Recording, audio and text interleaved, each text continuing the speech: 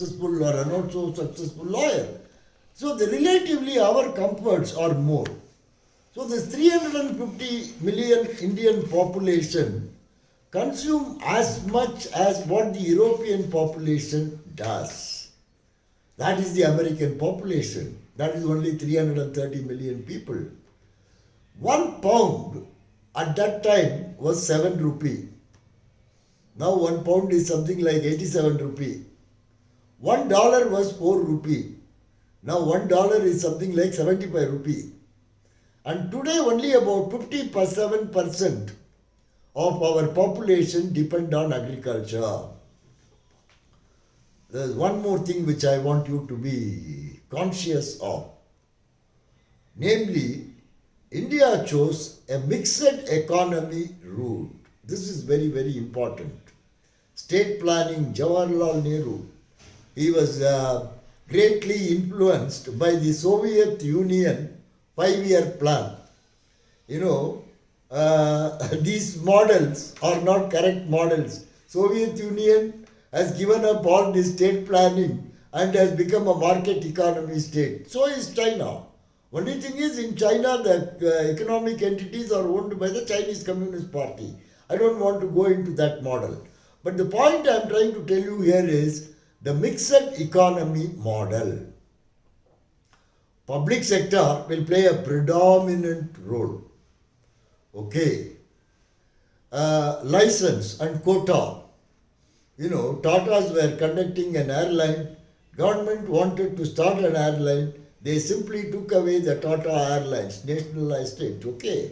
Of course, they paid J.R.D. Tata compensation and made him remain in the chairman or non-executive chairman of Air India. And he drew a wage also for that actually. Okay. So what we are talking about is state. They wanted to call the shots.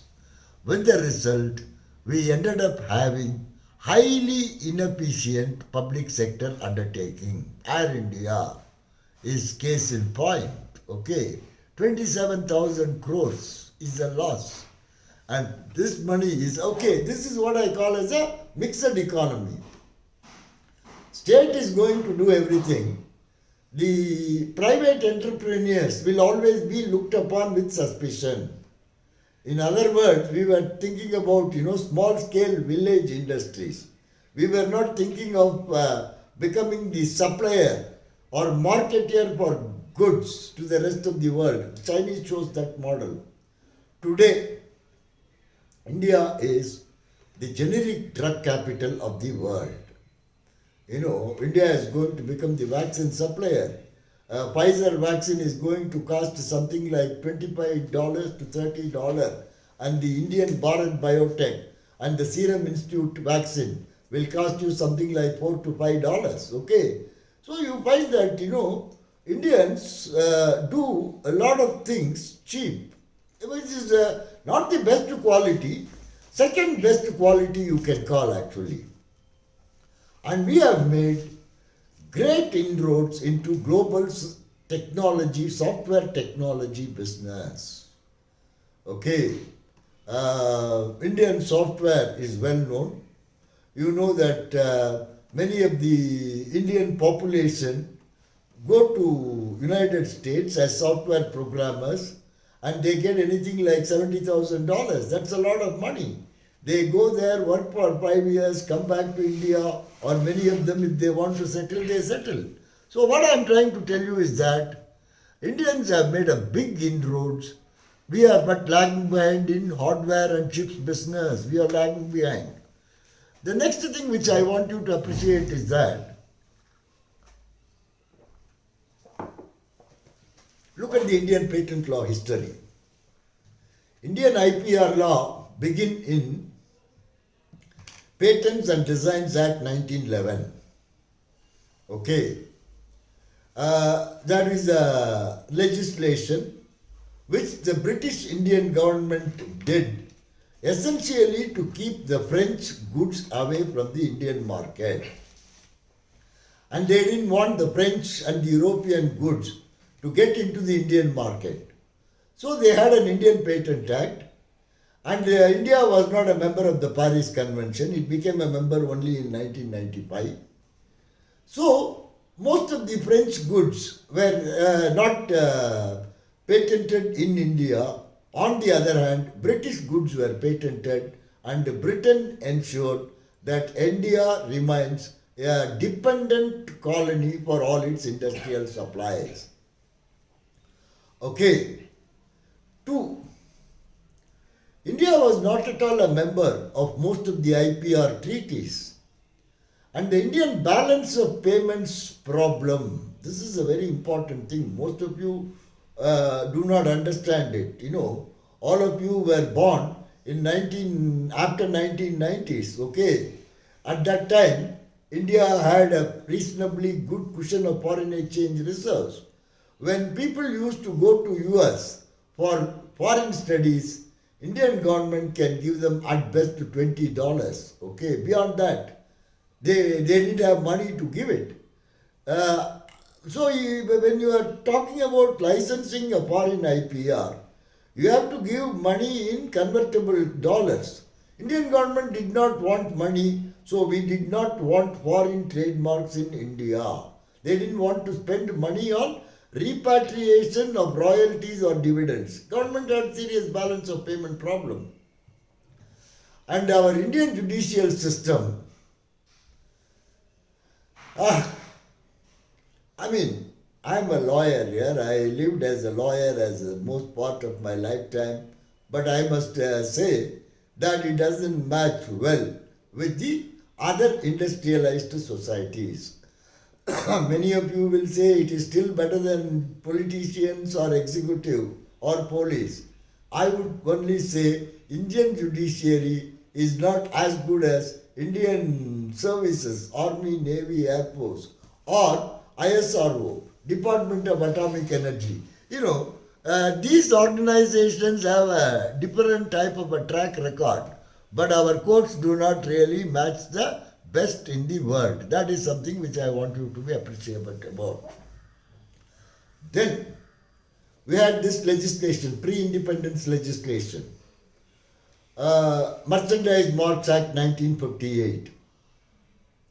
It provided for the registration of a trademark and prevented fraudulent marks or merchandise. Actually, this is an extension of the tort law principle of unjust enrichment. Nobody should be allowed to unjustly enrich themselves. But the most serious disability of the 1958 Act was that it did not provide for protection for service mark. Trademark is for goods, not for services. Only in the 2000 Act, services are a very important, hospitality, okay, education, management consultancy, tourism, catering, entertainment. These are all service industries. And they are India is a very strong and a vibrant service industry. Indian IT professional, doctors, even call centers, the assistants, okay, over the phone. All right. So service marks were not protected under the old act, and the new act protects that. Copyright Act 1957, okay. We have very impressive civil and criminal remedies for copyright infringement. The reason that our copyright law are at par with the rest of the world is that in India, people from the movie industry was very active in politics. So they made sure that the movie, the recording industry, all these industries are undergoing a big change. There is a litigation between Ilayaraja. I don't know how many of you have heard him. He is a very famous music director in South India who had said that the singers will have to pay him royalty and take a license for them to sing the songs for which he had set the music, for which he has got the copyright. That's a very interesting case actually. Now, what are the current Indian legislations? Please understand, 1970, that's Act 39 of 1970, it came into force in 1972. It repealed the old portions of the patent law, and the old Patent and Designs Act 1911 became just Designs Act 1911. Okay. This Designs Act 1911 was also repealed by Designs Act 2000, and today we have a comprehensive modern design registration, but there are difficulties with the design law. I'll come to that later actually. Now, the patent law as we had in 1970, okay, these are the effective date, the 8 legislations which we passed in pursuant of WTO. All this slide and the previous slide, right, are essentially descriptive of the changes that Government of India brought about on our becoming WTO. Now, but still, these are some difficulties. If you see the WTO TRIPS agreement, it protects undisclosed valuable information. It protects confidential information. In India, trade secret, confidentiality, fiduciary obligations, all these are part of the law of tort. We don't have codified legislations on the point. Then, in United States, there is a very important legislation called Hatch-Waxman Act. You know, if you are doing an LLM in IPR, and if you have not heard of this Hatch-Waxman Act, people will think your teachers have not said the right things in their syllabi.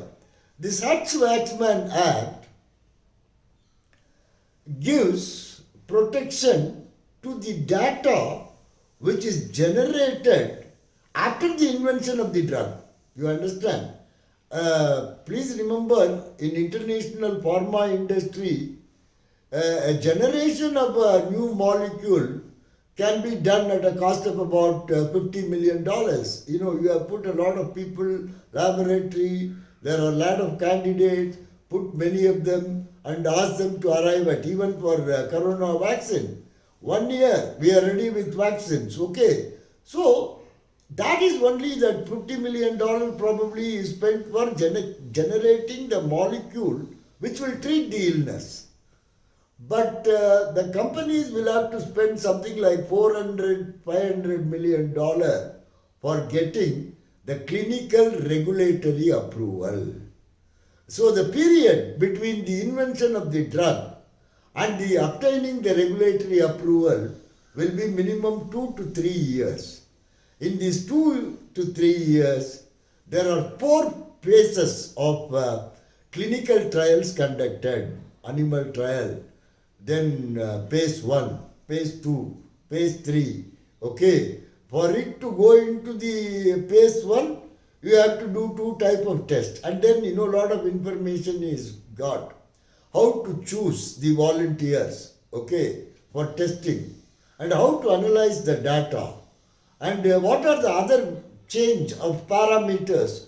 Then we will note the clinical efficiency. Then efficacy. There's a lot of factors, you know, curing time, side effects, everything is taken into consideration. This data is protected by the Hatch-Waxman Act. This is called data exclusivity. We don't have this law in India actually, okay. WTO provides for all these things actually. Utility models, you know, in the earlier class I asked you this question. Utility model is a petty patent. This is not available for processes. It is available only for products. They will have a truncated term of 7 years.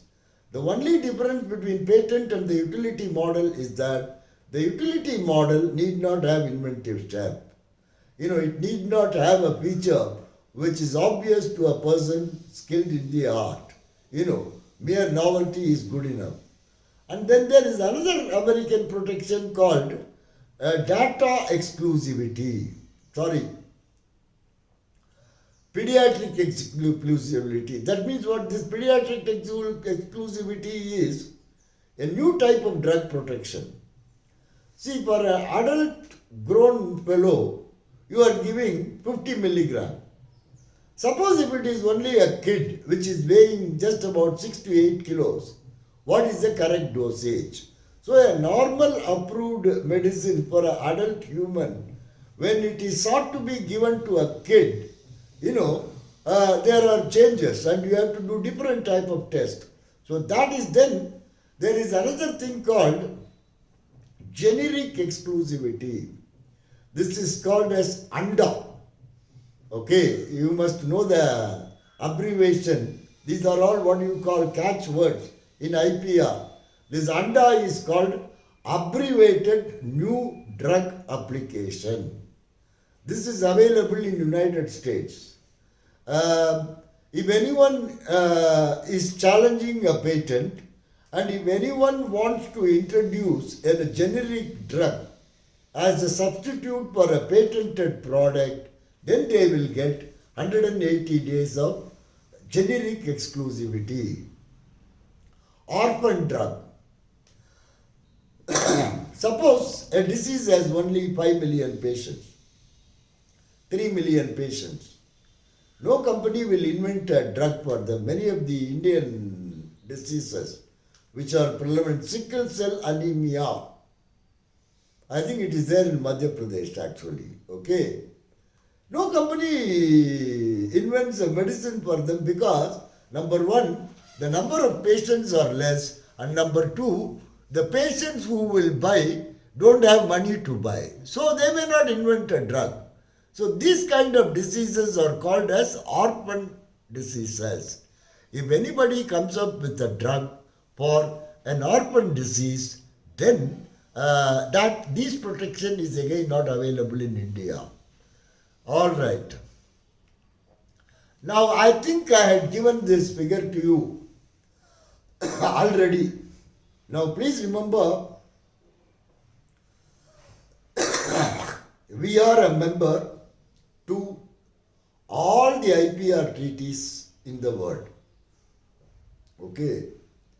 No big deal. And we have also put in place a legislation giving effect to the treaty obligation.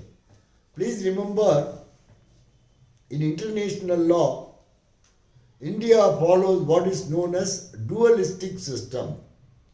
United States, Austria and all follow monism. International law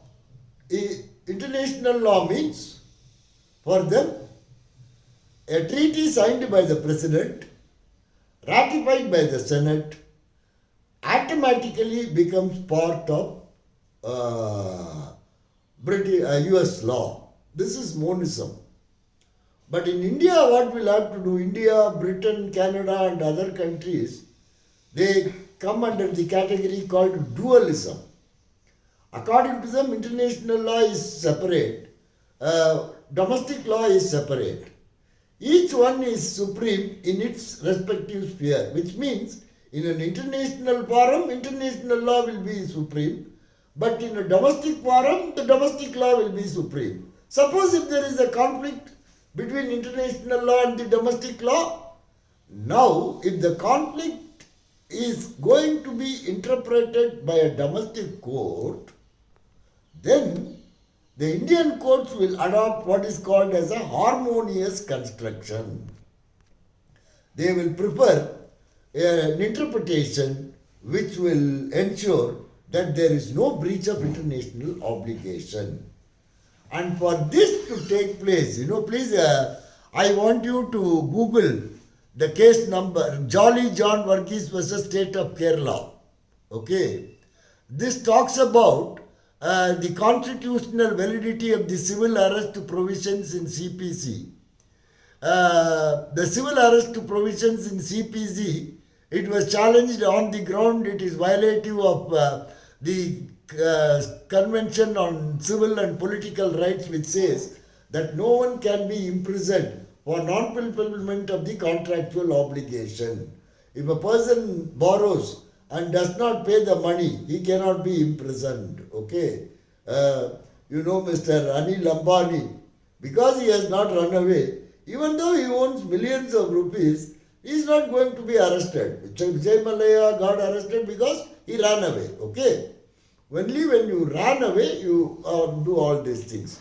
So, the Jolly John Varghese was the state of Travancore, State Bank of Travancore. The Supreme Court talked about the theory of transformation.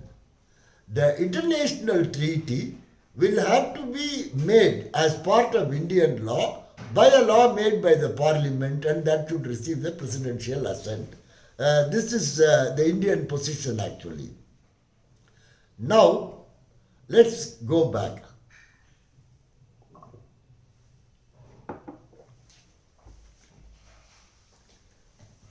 In international law, I told you in yesterday's class, first it was League of Nations 1911. Then International Labour Organization 1918, soon after the World War, 1916 I think. Then Food and Agricultural Organization, FAO, 1926. Then you had a system of a gold-backed paper currency, Swiss franc, okay, American dollar. See, these were what you call. These countries will have to maintain proportionate amount of gold reserves when they print their currency. Okay, this is very, very important. Now all these things have changed after number one, United Nations. Along with United Nations, you also had IMF and World Bank. They started looking at the macro and the microeconomic policies of the nations around the world. In 1948, you had GATT. In 1994, you are having WTO. So all these things have changed the entire outlook, phase or attitude and the manner in which the global trade is carried today. See, in my earlier lecture, I think I mentioned that there are three types of patent systems in the world.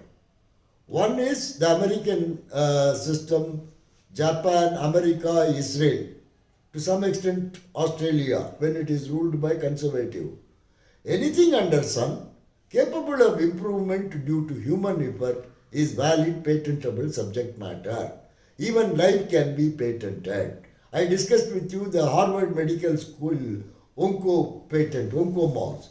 Now, in India, we have a very highly contentious Section 3 and it will be an interesting, please, I have some,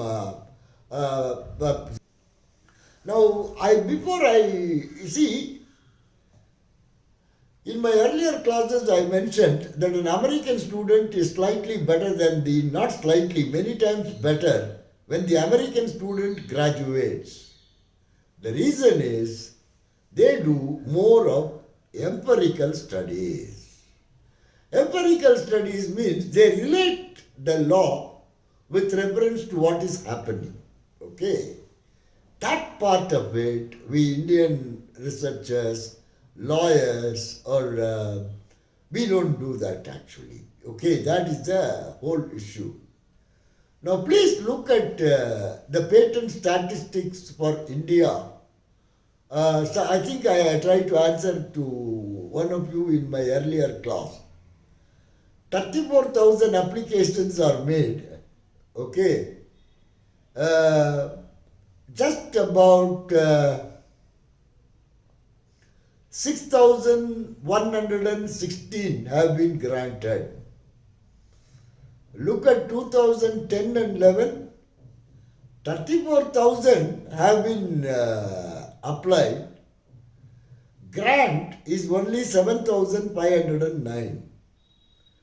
But good lot of it, 5,186 have been abandoned, which means the person who made the application lost interest. Sometimes the product obsolescence in the industry occurs within 4 years. That is, I invent something today, by fourth year it gets replaced by some other thing. For example, we all had the Nokia phones, right? And the Nokia phones operated on the platform Symbian. But now we have smartphones. They operate on the platform of Microsoft. The company decided that. So this is what you call as a product obsolescence, which means even though my invention is valid and current, for example, the Covaxin, the corona vaccine, it will remain current, but nobody is now bothering about a smallpox vaccine, do we? Okay, I all have a mark scar here, where a vaccination scar. But nobody is now vaccinated for a smallpox because smallpox has been eradicated.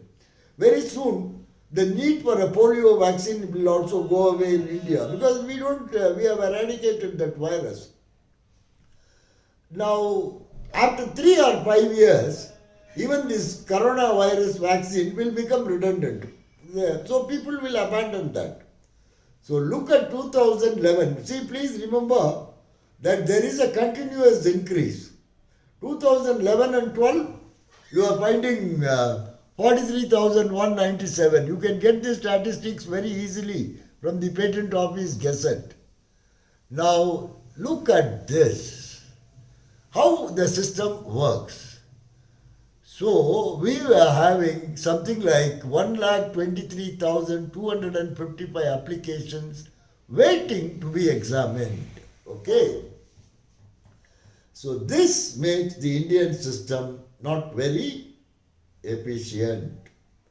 So, why I am saying it in relation to international law? Because the 1970 Patent Act, Jawaharlal Nehru was a socialist, right? Please remember, India is a very peculiar country.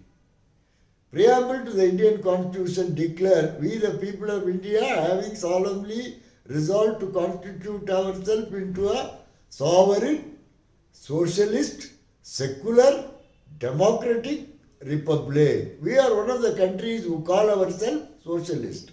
Please remember, there are only two serious socialist countries in the world.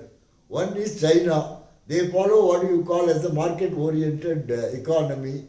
The other is North Korea.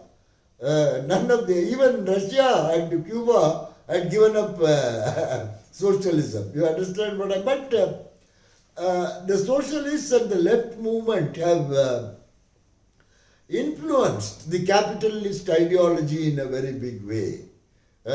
Please remember, in Hewlett and Packard, when they were workers in the company, they owned the company. But when they go to the, office canteen, they'll stand like any other person in the queue. Because this Indian attitude doesn't work in a foreign company. So, what I was trying to tell you here is that India, we call ourselves socialist country. Number two, right to property is not a fundamental right in the Indian Constitution. It was. And the 42nd Constitutional Amendment reduced it. And even now there is a recent Supreme Court judgment which says that in some circumstances, right to property is still a fundamental right. But theoretically, okay, it is not. 3. The directive principles of the Indian state policy tell you that the state shall ensure that the means of productions are not monopolized in a few hands. This is a very big departure. Every patent is a monopoly. What did the directive principles say? Directive principles say that the means of productions are not monopolized in a few hands. That is why you have the Competition Act.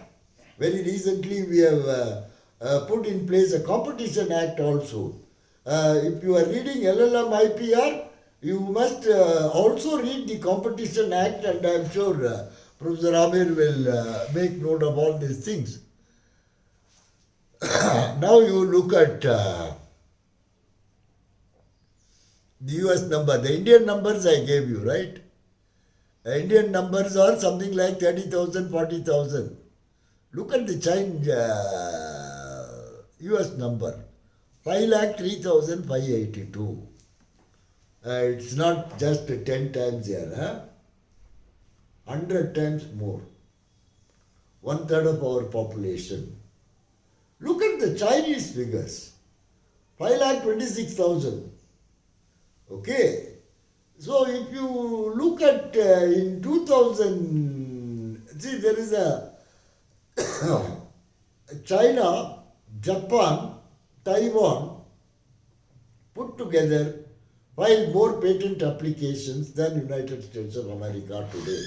So the point I'm trying to impress upon all of you here is that usually people ask me this question: how long the patent in India takes? How long it takes for you to get a patent? In United States it is less than 2 to 3 years. In Europe it is 3 to 4 years. In India, if you get it in 7 years, you are lucky. 20 years is the period of monopoly, but you have to pay the renewal fee after the third year onwards.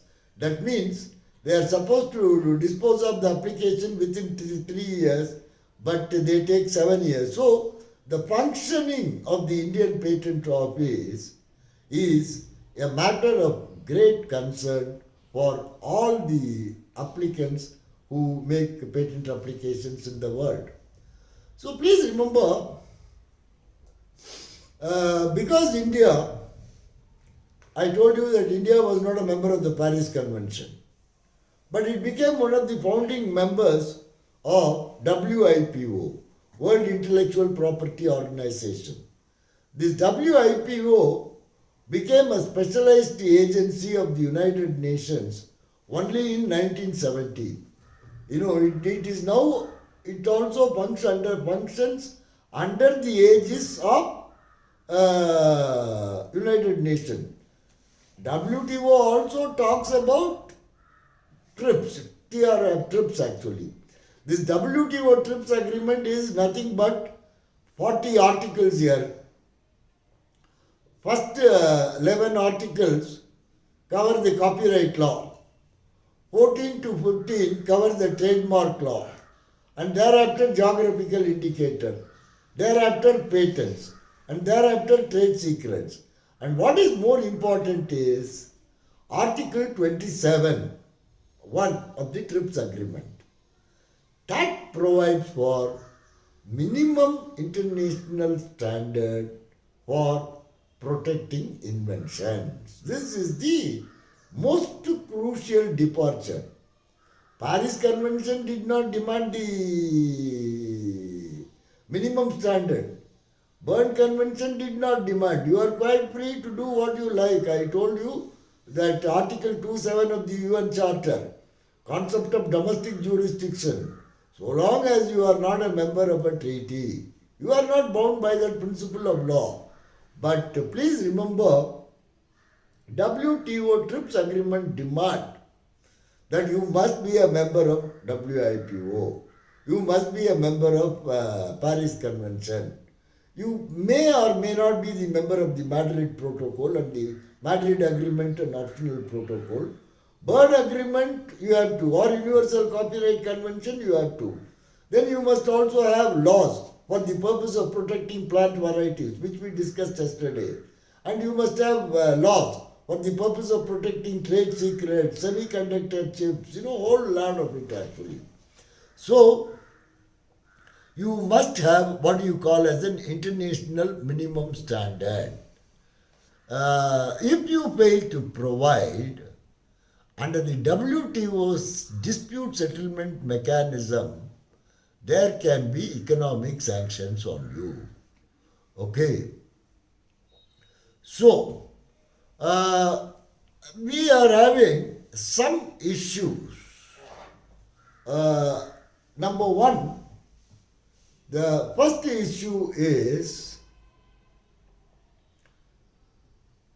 interrelationship between this provision is going to be a matter of great contention in the future.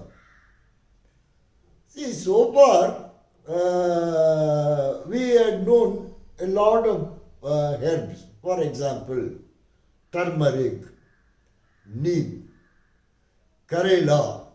Okay? Karela has become a very great source of natural insulin now, right?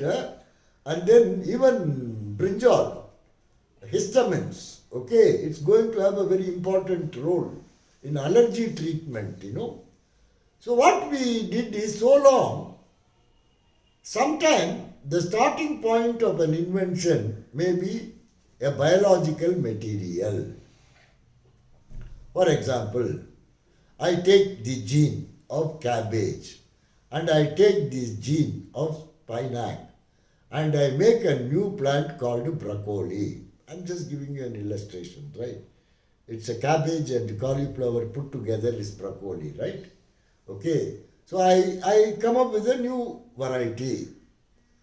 Now, yesterday's class I told you, plant variety protection will only protect those products that have 100% similarity between what is protected and what is claimed to be infringing. If there is some differences, then it will not be an infringement. That is a concept of the Plant Varieties Protection Act, which is not so much popular in India as yet. Now, what the National Biodiversity Act, mind you, this is not part of patent law.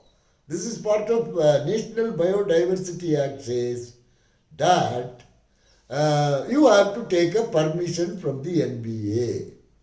And the NBA can declare itself, that is National Biodiversity Authority, can declare itself as a joint owner of the IPR. This is ridiculous. This violates India's obligation under Paris Convention and the Convention on Protection of Biodiversity. You are, for example, mango. I am applying for a patent relating to new variety of mango. You have Japanese mangoes. Have you heard of it? I don't know about Chhattisgarh. They grow good mangoes there, Professor Khan. Mangoes in Chhattisgarh. What is the most popular variety? Dashari. Daseri, alright, yeah. Daseri is more a UP variety. Actually, now you have unique mangoes in Japan. Google it and you will watch some very interesting videos. 1 kilo costs something like $30 actually. You will have just about 3 fruits actually. So $30 into 75, you are talking something like 2,800 rupees for 3 mangoes. Okay. 2,300 rupees. Okay.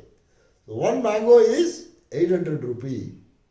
Now this Mangifera indica is the botanical name. Indian Patent Office will say, in respect of a plant variety protection or patent protection for that, you should take a permission from NBA. NBA can itself become a joint owner or can ask me to pay royalty, and this is partial expropriation without compensation. They are not very happy about that. Okay, it's going to become a serious issue. Then, use of biological material. This is a very interesting question. What is biological material? What is chemical material? It is biological material only when it can germinate.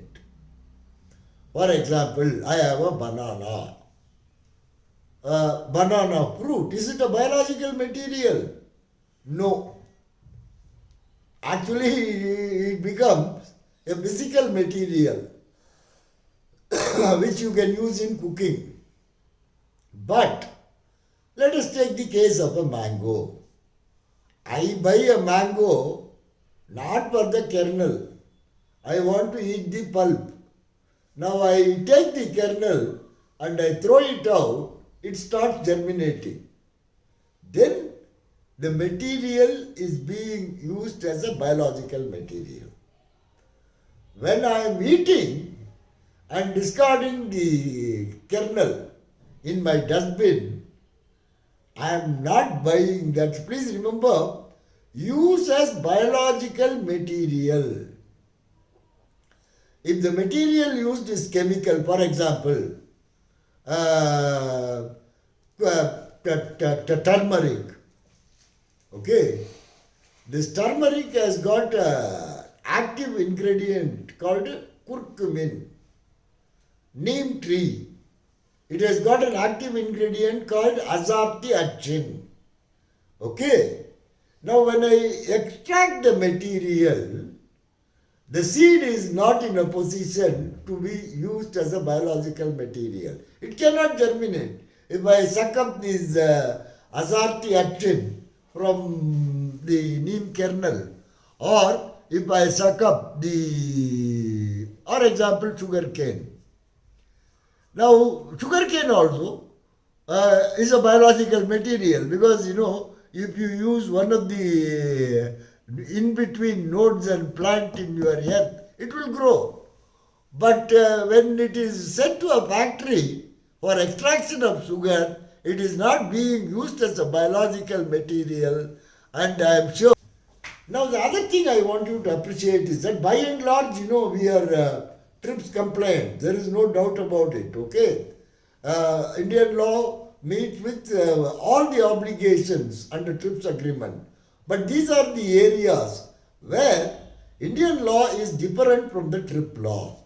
One is the obligation to obtain permission in respect of biological material. Second, under the Indian patent law, there are 4 safeguards against a bad patent. Okay. Pre-grant representation, post-grant revocation, petition for invalidity before IPAB, counterclaim of invalidity before High Court. So each one which is not available in many places, you only have 1 or 2 chances. US Patent Office don't have a pre-grant opposition. There is an opposition. They never provided for revocation. Actually, the courts will adjudicate on the validity of a patent. Even they are now coming back to it actually. Right. Indian laws on compulsory licensing. I think I discussed that earlier and I said that Indian law provides for 4 types of compulsory licenses. And I have actually put a blog on everything about patent and you can probably find more material there. But please remember, actually under the after the 2003 amendment, okay, to the Patent Act, Controller of Patents have granted 2 compulsory licenses, okay, which means in the last 17 years we have had only 2 compulsory license applications. One they granted, one they refused. And by and large, the Indian Patent Office is fair in fixing the royalty payable. But now they are contemplating that due to COVID pandemic, inventions relating to COVID, drugs to cure COVID and COVID related inventions, they should exempt it or, suspend it or whatever actually. This is the first case of the compulsory licensing. All these things I am only trying to point out that Indian laws on patent is in conformity. Now, in Bayer, they had given a fair rate of reasonable royalty, something like 8% on ex-factory price minus taxes. The patentee will get that much straight away actually. But in the other case, okay, Bristol-Myers case, the Patent Office rejected the compulsory licensing on the ground that the person seeking a license had not taken diligent efforts for obtaining a voluntary license. So it's not particularly patentee unfriendly. All right. Then this is that Bristol Mayer case, BRD Pharmaceutical. Okay.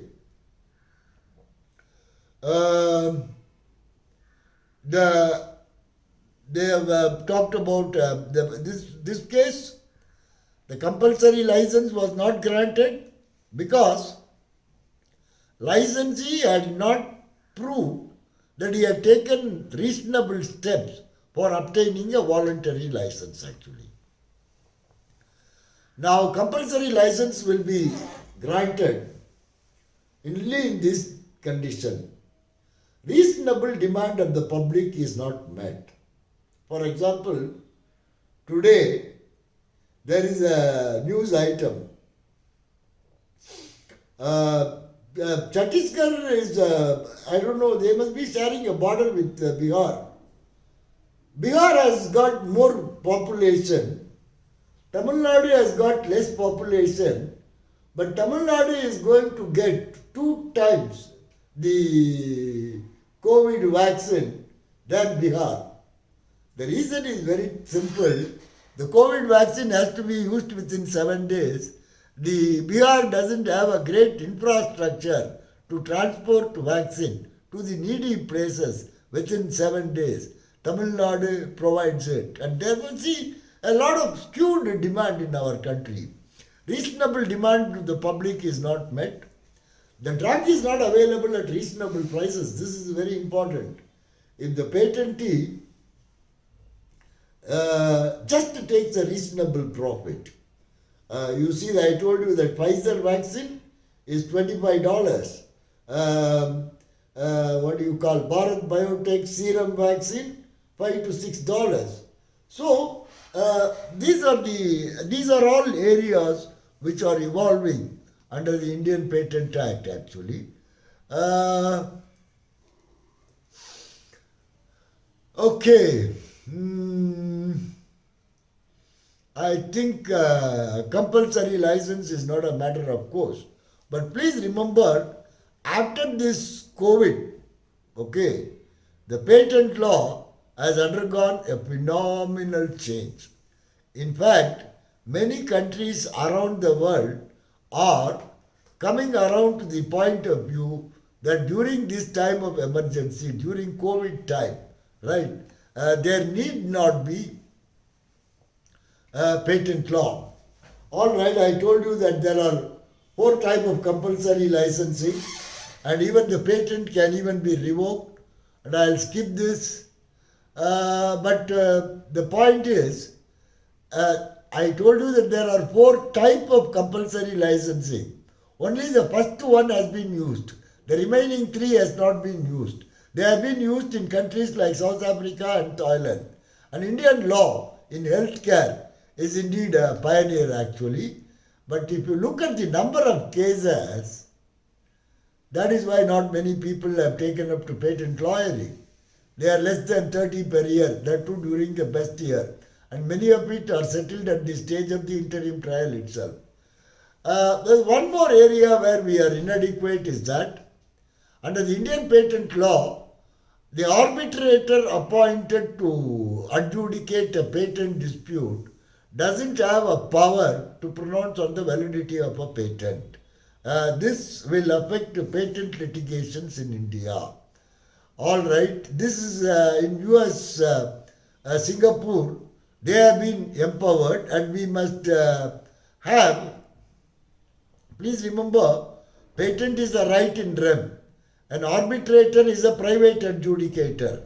Only a court of law can pronounce on a right in rem, and a private arbitrator cannot actually. But nowadays in US and Singapore, the arbitrator is allowed to pronounce on the validity of a patent only between the patentee and the licensor, not in respect of others actually. All right, and please remember, this is very, very important. This is one of the most important safeguards which have been provided for under the Indian Patent Act. See, restrictive business practices. These are called under the competition law RPB. Sorry, RBP. Restrictive business practices. In competition law, there is an expression called a restrictive business practice which is going to have number one, appreciable, number two, adverse, number three, effect, number four, on the relevant market. Please remember, when we are talking about a restrictive business aspect, business practice, three things you are talking about. Number one, appreciable, substantial it must be, not just by the way. Adverse, okay, which is not very good. Effect, number four, relevant market. So if you are going to use a restrictive business practice, for example, I'll give the patent license to you, but you have to buy all the commodities that are needed for you to work the patent license, and I'll charge you more. This will come under a different area of international taxation called transfer pricing. These are the lawyers who make more money these days, whereby the parent company can take away the profits of the subsidiary company by selling goods to the subsidiary company at inflated rates. And this is what Pfizer did in a very big way. So please remember, this is what I have put it in the slide. Okay. I think I have, this is the only thing, and I am done at the class after I do this. Please remember, under the Indian Patent Act, under the Indian Design Act, Section 36, Section 16 is very, very important here. See, there is a product. Actually, for that product, you should only obtain design protection. But you don't obtain design protection, you take copyright protection. Because copyright is easier, cheaper, longer duration of protection, civil and criminal remedies are available, so you take a copyright. But you take a copyright and use it as a design. In that case, your design protection will cease after it is replicated by an industrial process. Okay. So what happens here is that if you fail to obtain a design protection and instead go for a copyright protection, you lose both. And people are saying that, this is particularly unfair. And the maximum compensation you can get will only be 50,000. That's not a very nice thing. Anyway, we have got a specialized IP board, which is a very nice thing. We are talking about an institutional change, and that's it actually. This is our problem, and this is going to be my last slide. Under the Indian administration, trademark law comes under the Ministry of Commerce. Copyright law comes under Ministry of Human Resource Development. Plant Varieties Law under Ministry of Agriculture. Semiconductor Chips Act comes under Electronics. So time to have a Department of Industrial Property and stop using the misnomer intellectual property. Anyway, thank you very much, ladies and gentlemen. I think I have...